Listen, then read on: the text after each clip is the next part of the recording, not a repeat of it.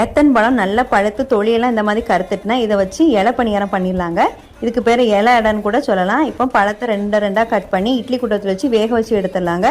இப்போ நல்லா ஆறுனதுக்கப்புறமா தொழியெல்லாம் எடுத்துகிட்டு நல்லா அதை மசிச்சு பிசைஞ்சு வச்சிடலாம்.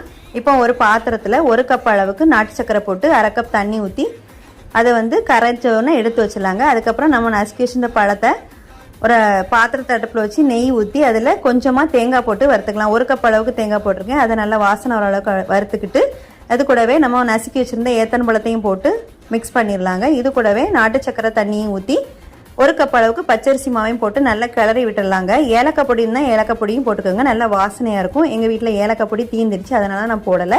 இப்போ இது ஆறுனதுக்கப்புறமா இலையில பரத்தி அவிச்சு எடுத்துட வேண்டியதாங்க. ரொம்பவுமே டேஸ்டான சூப்பரான இலை அடை ரெடி ஆயிடுச்சு.